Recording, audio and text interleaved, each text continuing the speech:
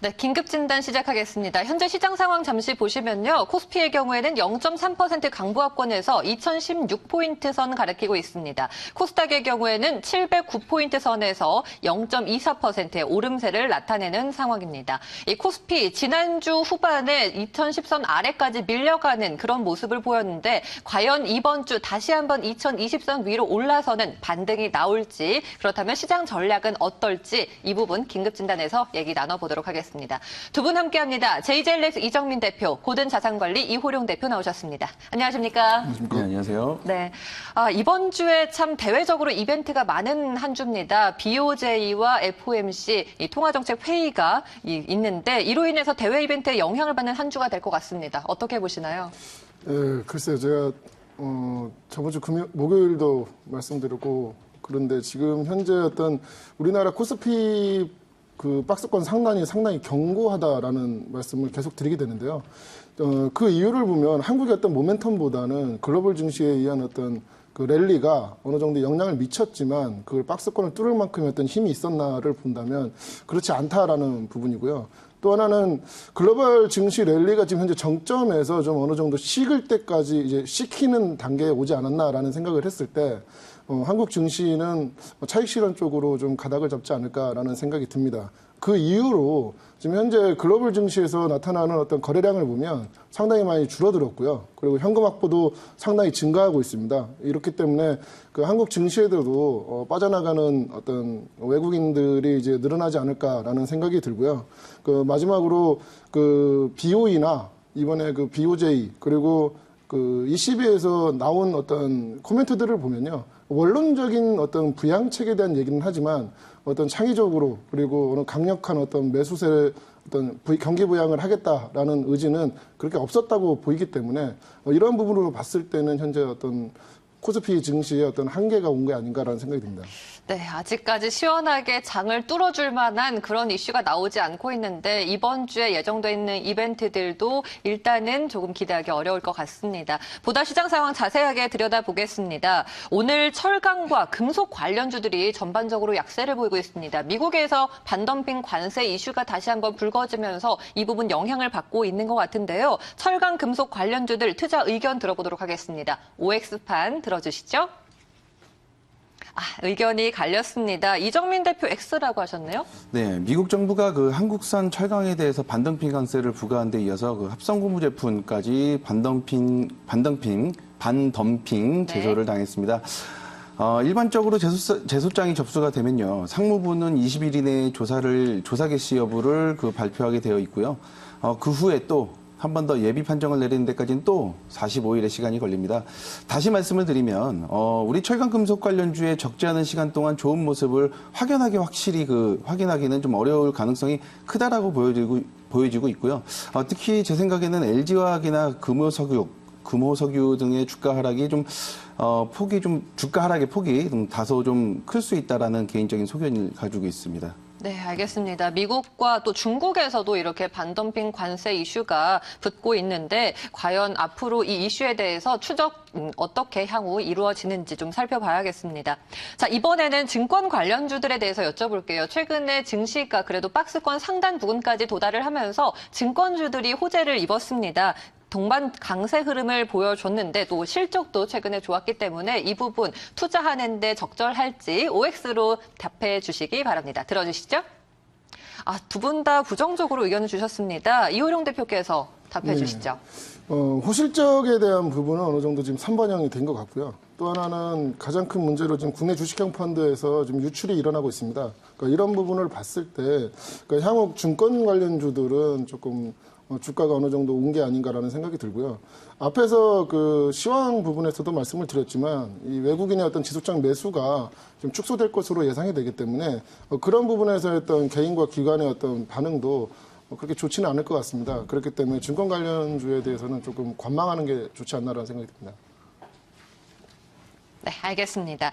자, 이번에는 삼립식품에 대해서 여쭤볼게요. 지난주 금요일 날 이 SPC 브랜드로 알려진 쉐이크쉑 버거가 국내 1호점이 문을 전격적으로 열었습니다. 그렇기 때문에 바로 오늘장에서 영향을 받을 수밖에 없을 텐데요. 삼립식품 투자 의견 어떤지 OX 들어주시죠. 두 분 다 5로 들어주셨습니다. 이정민 대표 답변 들어볼게요. 네, SPC그룹이 들여온 쉐이크쉑 버거인데요. 이것을 구매하려고 1,500여 명이 밤새 텐트까지 치면서 줄을 서는 현상이 발생이 됐었죠. 이러한 테마로 인해서 삼립식품 강한 상승을 보이고 있는데요. 또 이 밖에 가장 주목해야 되는 것은 외국인의 순매수라고 생각이 되는데요.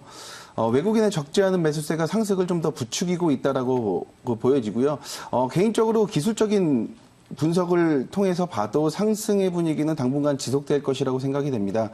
다만 이미 강한 상승 이전에 보유하고 계신 분들은 차익 매물에 맞춰서 조금씩 매물을 좀 털어가는 줄여가는 그런 전략을 좀 세우시길 바라면서 지금 진입하시려는 분들은 단기 조정을 조금 더 염두하시면서 진입을 하시길 바라겠습니다. 네, 현재 삼립식품 19만 9,500원에서 2.5%대 강한 오름폭을 유지하는 상황입니다. 자, 이번에는 MK 트렌드에 대해서 여쭤볼게요. 한세실업의 인수 소식이 들려오면서 오늘 차익 실현 매물이 나오는 걸까요? 좀 약세 흐름이 연출이 되고 있습니다. 투자 의견 OX판으로 들어주시죠. 네, 이번에는 이호룡 대표께서 X를 들어주셨네요. 네. 양사의 어떤 뚜렷한 시너지가 낮은 것으로 지금 나타나고 있거든요. 그렇기 때문에 지금 현재 상황에서는 조금 부정적으로 볼 수밖에 없고 어떤 M&A 이슈는 충분히 지금 선반영되고 있는 게 아닌가라는 생각이 들어서 차익 실현 쪽으로 가닥을 잡은 것 같고요. 일단 NK 트렌드의 어떤 장점이 중국에서의 어떤 MBA라는 상표에 대한 어떤 기대감인데요. 지금 현재 초기 상태이고 이 불확실성이 좀 상존하는 지금 현재 평가를 받고 있습니다. 그렇기 때문에 이런 상황에서 어떤 주가 상승은 현재 어떤 조정을 좀 받고 난 후에 어느 정도 불확실성이 해소가 된다면 상승이 가능하겠지만 지금 단기적으로 봤을 때는 차익 실현 쪽으로 좀 가닥을 잡는 게 맞는 것 같습니다. 네, 알겠습니다.